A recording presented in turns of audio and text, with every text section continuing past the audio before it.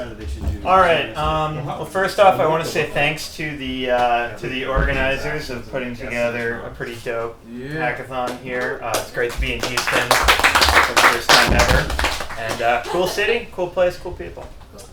I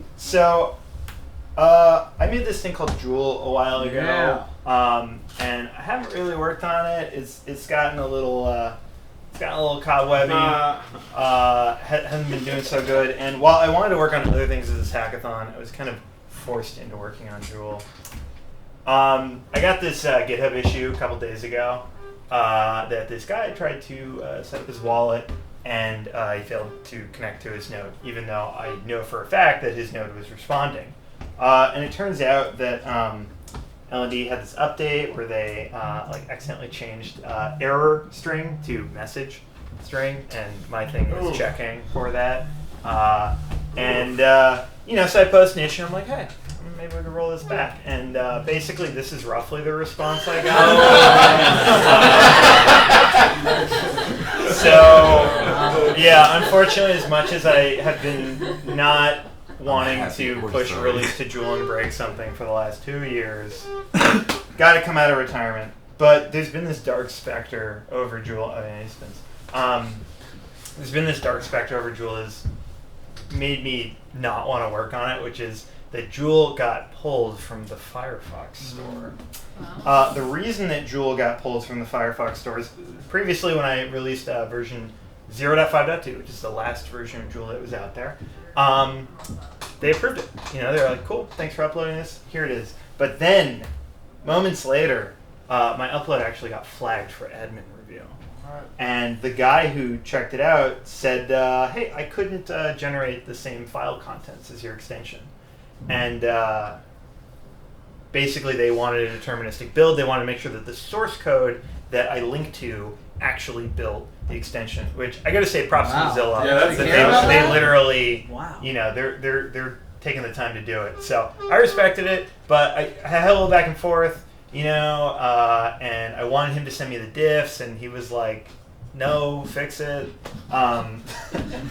So they just yeeted me out of the store, which is kind of a bummer. But yeah, it's just I get a message every once in a while. Someone's like, "What is it on the Firefox store?"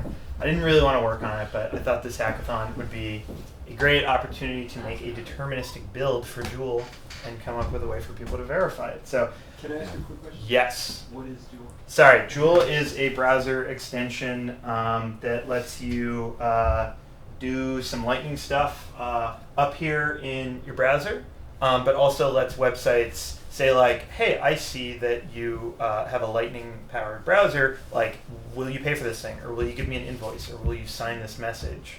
Or like, will you tell me if you have a channel with me? Stuff like that. So it just makes you, gives you some power to build some cool apps that some people have built them. It's been a little while. I think people are kind of going more in the direction of like LN Connect and other things like that, doing more server-side stuff, but there's a spec called webln that allows anyone to build one of these extensions if they want. So, making a deterministic build. So let me give you some background on what a deterministic build is. So the idea is typically most software runs through a compiler. In the case of Joule or most code these days, you write in something, either it's some flavor of JavaScript like TypeScript, or even if you're writing in JavaScript, you still want to run it through a compiler to do some various things. So I run TypeScript, it runs through this thing called Webpack, and then it spits out JavaScript. And ideally, the JavaScript that it outputs only changes if the TypeScript changes. The problem is that there are certain things that can happen in a build process, like if you have timestamps in there, or maybe some kind of randomness for some reason, maybe the order that the code is ordered in, because order doesn't always matter. So sometimes if it's not deterministic. Other things might happen, if you've got a different node version or a different operating system, you can have small character differences, or paths to things if you have paths in your output. But basically, the problem is that you have all this randomness in the build. So I won't go into detail about exactly the randomness I had. It's kind of specific, but the idea is that you run a build, you run a second build, you diff it. You find the places where it diffed. You change your build process. You just do this over and over and over again until your build stops changing between builds. The other problem, though, you have to look out for is with operating systems, you get all these differences. It's hard to test, so you want to test on multiple devices. But the best way to fix that is just slap that bad boy in Docker and have a, build it in a sandbox that doesn't care about what your operating system is, where you specify like which node version. So I did that. I got this nice deterministic build going. And now I want to provide some hashes for it. So the way that you hash a file is files have a lot of stuff with them. They've got what permissions the file have on your system and when the last time you modified it and all sorts of other things. We don't care about any of that for hashing. We just care about the content, like the actual JavaScript that's in this file or CSS or HTML or whatever. And that's the thing that we hash, and that's great for files. The problem is that what a browser extension actually is a zip file that contains many files. And unlike a library like binary, this contains all of the information about all of the files that are in it. So even though we don't care about permission last modified, the content of a zip file includes the permission and last modified of all the files in it, which makes zip files non-deterministic. You can do a lot of work to try to go through all the files in there and try to make them deterministic, like fake timestamps and stuff like that. But it's really hard. It's really hard stuff. So I gave up on this. I do not provide a static hash for the zip file. What I did decide to do, however, was to just get a hash of all of the files inside the zip file and provide people that if they want to verify. So you get this one big manifest file that has the hash of the file and then the name of the file. And then I take that file, I do a GPG signature of it so that you can also prove that I, Will, am the one who said that these are the good hashes. That spits out this signature. And then every time I make a release, now you can see that it includes the zip file, a text file that has those hashes, and then my signature of that text file.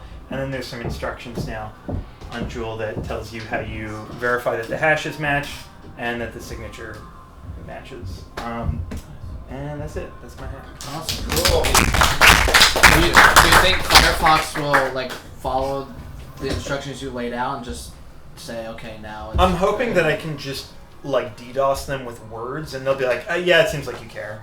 You tried. But I'm willing to bet that they will look at the actual contents of the zip. I think I was kind of being stupid trying to make the zip deterministic. Yeah. Do they have other? I'm assuming that they've pulled other people from the App Store for the same reason. And was he originally requesting the zip, the actual zip?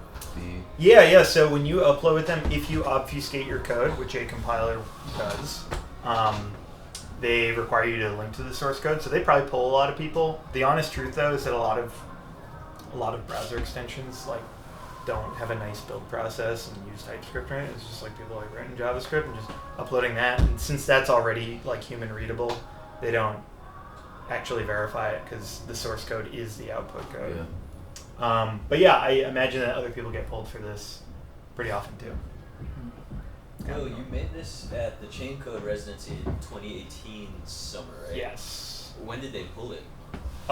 They pulled it from Firefox in late 2019, I want to say.